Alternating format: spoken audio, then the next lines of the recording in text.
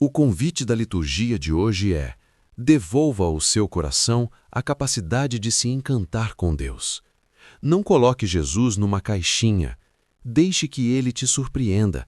Deixe que Ele te corrija. Deixe que Ele te cure. Peça hoje a graça de olhar para Jesus todos os dias como se fosse a primeira vez. O amor de Deus é universal. Não se limita a um povo ou a uma comunidade, mas alcança toda a humanidade. Sedentos da presença do Senhor, celebremos nesta liturgia os sagrados mistérios. Terceira semana da Quaresma. Segunda-feira. Leitura do segundo livro dos Reis. Naqueles dias, Naamã, general do exército do rei da Síria, era um homem muito estimado e considerado pelo seu senhor, pois foi por meio dele que o Senhor concedeu a vitória aos arameus. Mas esse homem, valente guerreiro, era leproso. Ora, um bando de arameus que tinha saído da Síria tinha levado cativa uma moça do país de Israel. Ela ficou ao serviço da mulher de Naamã. Disse ela à sua senhora: "Ah, se meu senhor se apresentasse ao profeta que reside em Samaria, sem dúvida ele o livraria da lepra de que padece." Naamã foi então informar o seu senhor. Uma moça do país de Israel disse isto e isto. Disse-lhe o rei de Arã: "Vai, que eu enviarei uma carta ao rei de Israel." Naamã partiu, levando consigo 10 talentos de prata, 6.000 siclos de ouro e 10 mudas de roupa. E entregou ao rei de Israel a carta que dizia: "Quando receberes esta carta, saberás que eu te enviei Naamã, meu servo, para que o cures de sua lepra." O rei de Israel, tendo lido a carta, rasgou suas vestes e disse: "Sou Deus, porventura, que possa dar a morte e a vida, para que este me mande um homem para curá-lo de lepra? Vê-se bem que ele busca pretexto contra mim." Quando Eliseu, o homem de Deus, soube que o rei de Israel havia rasgado as vestes, mandou dizer-lhe: "Por que rasgaste tuas vestes? Que ele venha a mim, para que saibas que há um profeta em Israel." Então Naamã chegou com seus cavalos e carros e parou à porta da casa de Eliseu. Eliseu mandou um mensageiro para lhe dizer: "Vai, lava-te 7 vezes no Jordão, e tua carne será curada, e ficarás limpo." Naamã, irritado, foi-se embora, dizendo: "Eu pensava que ele sairia para me receber e que, de pé, invocaria o nome do Senhor, seu Deus, e que tocaria com sua mão o lugar da lepra e me curaria. Será que os rios de Damasco, o Abaná e o Farfar não são melhores do que todas as águas de Israel para eu me banhar nelas e ficar limpo?" Deu meia volta e partiu indignado. Mas seus servos aproximaram-se dele e disseram-lhe: "Senhor, se o profeta te mandasse fazer uma coisa difícil, não a terias feito? Quanto mais agora que ele te disse: lava-te e ficarás limpo."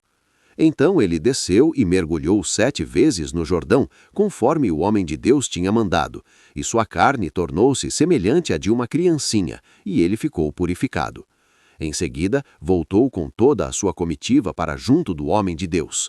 Ao chegar, apresentou-se diante dele e disse: "Agora estou convencido de que não há outro Deus em toda a terra, senão o que há em Israel." Palavra do Senhor. Salmo responsorial. Minha alma tem sede de Deus, do Deus vivo, e quando verei a face de Deus? Minha alma tem sede de Deus, do Deus vivo, e quando verei a face de Deus? Assim como a corça suspira pelas águas correntes, suspira igualmente minha alma por vós, ó meu Deus. Minha alma tem sede de Deus, do Deus vivo, e quando verei a face de Deus? A minha alma tem sede de Deus e deseja o Deus vivo. Quando terei a alegria de ver a face de Deus? Minha alma tem sede de Deus, do Deus vivo, e quando verei a face de Deus? Enviai vossa luz, vossa verdade, elas serão o meu guia, que me levem ao vosso monte santo, até a vossa morada. Minha alma tem sede de Deus, do Deus vivo, e quando verei a face de Deus? Então irei aos altares do Senhor, Deus da minha alegria. Vosso louvor cantarei ao som da harpa, meu Senhor e meu Deus. Minha alma tem sede de Deus, do Deus vivo. E quando verei a face de Deus? Jesus Cristo, sois bendito, sois o ungido de Deus Pai.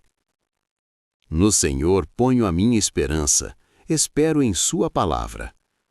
Pois no Senhor se encontra toda a graça e copiosa redenção. Proclamação do Evangelho de Jesus Cristo segundo Lucas. Glória a vós, Senhor. Jesus, vindo a Nazaré, disse ao povo na sinagoga: Em verdade eu vos digo que nenhum profeta é bem recebido em sua pátria.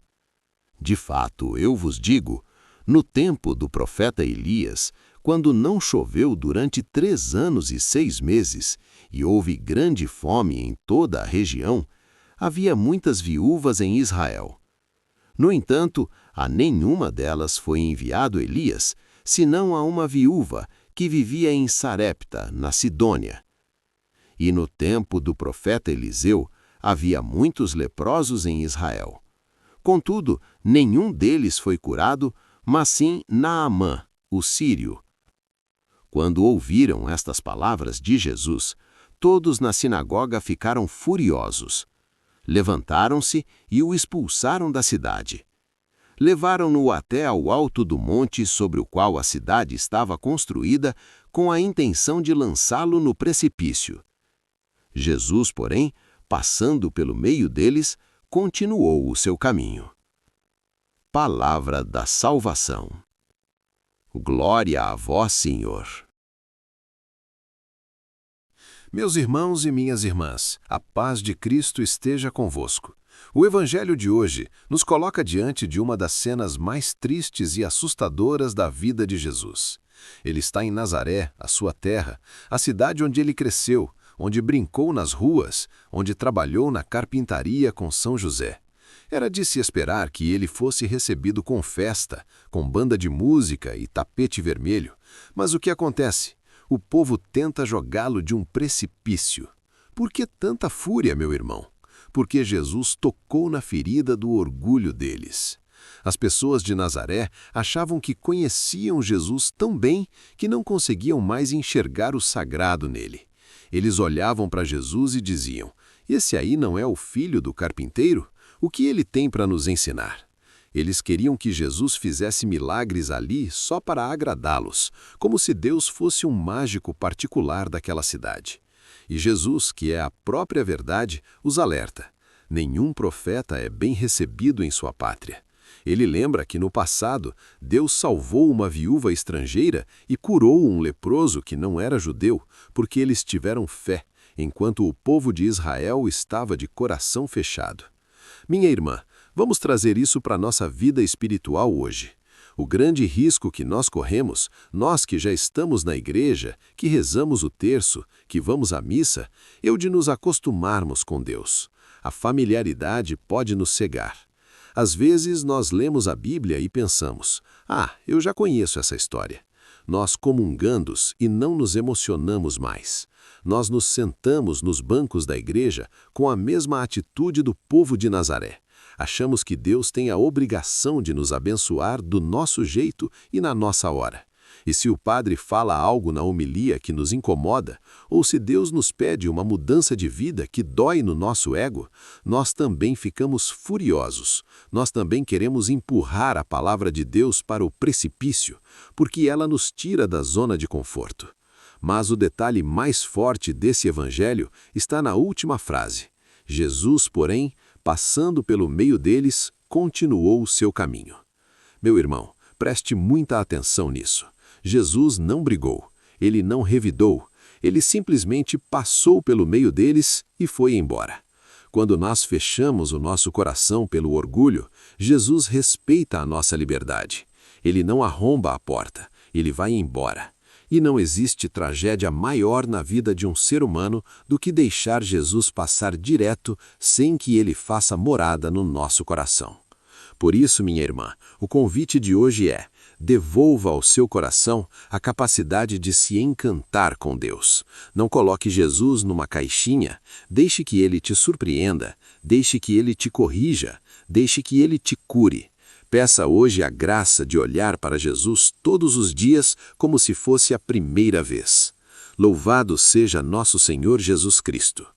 Envie esse vídeo para alguém que precisa ouvir essas palavras hoje e vamos juntos anunciar o Evangelho de Jesus. Deus abençoe seu dia.